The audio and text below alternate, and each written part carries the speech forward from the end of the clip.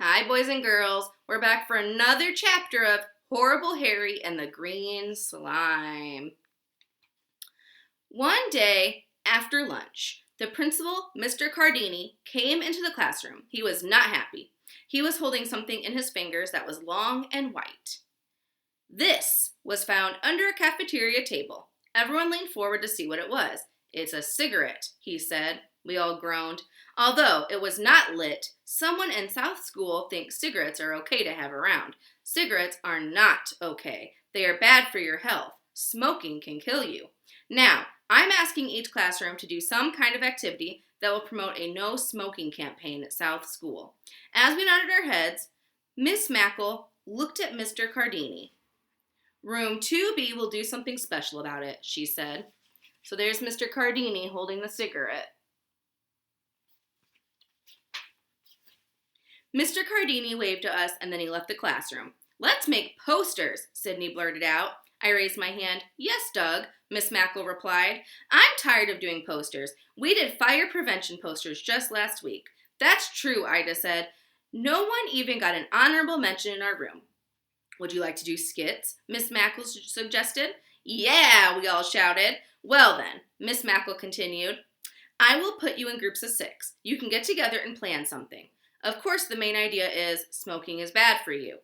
Harry and I looked at each other and crossed our fingers. We wanted to be on the same committee. Miss Mackle got her roll book.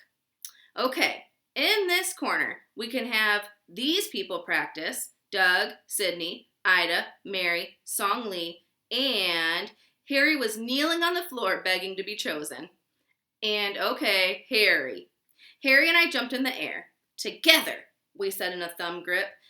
And as we walked over to the corner, Mary spoke first. "Everyone sit Indian style in a circle." So Doug and Harry are really happy to work together.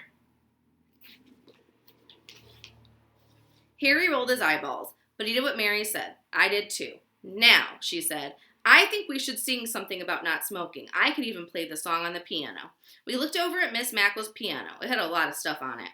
"I don't like to sing," Sydney complained. "I do. My favorite song is Silent Night," Ida replied. "We're singing it in the church choir." "I can play Silent Night on the piano," Mary said. "I don't like to sing," Sydney repeated. "I like Silent Night too," Song Lee said. "It's the only song I know English words to." So there they are sitting. I shook my head. "Listen, you guys, this is not a Christmas program. It's supposed to be about not smoking." "Doug's right," Sydney agreed. "Besides, I don't want to sing. I just want to be king." "King?" I replied. "Who said there was a king in our skit?" Harry raised his eyebrows and spoke for the first time. Kings do smoke, I suppose." And then he said, again. I could tell Harry's wheels were turning. "I think I can put all of this together," he said. "You can?" Mary replied. "Yes," Harry said. "Our skit is about death." "Death?" we asked. "Smoking kills," Harry said. "You heard the principal." Ida spoke up. "I'm not going to be the one who dies. That's for sure." "Me either," Mary said. "That's a horrible part."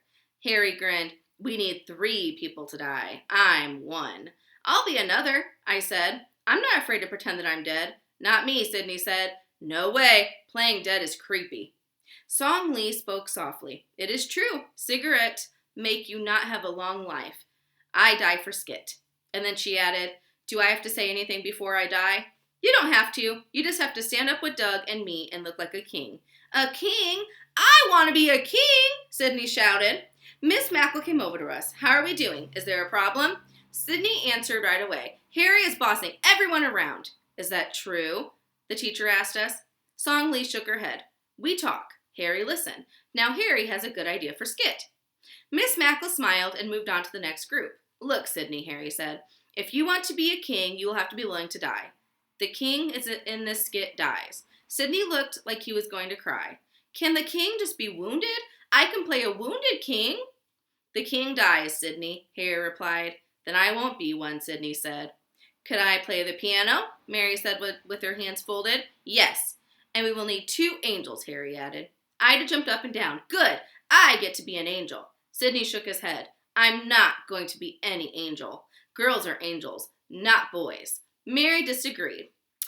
"There are boy angels and girl angels. Heaven is a fair place. Harry continued. We'll need 3 blankets and 3 crowns for the kings and halos and sheets for the angels. Some choice, Sydney complained. A dead king or a dumb angel. Mary put her hands on her hips. Angels are not dumb. They are perfect beings. Kidney or lima beans? Sydney asked, and then he cackled and giggled. Have you made your choice? Harry asked Sydney.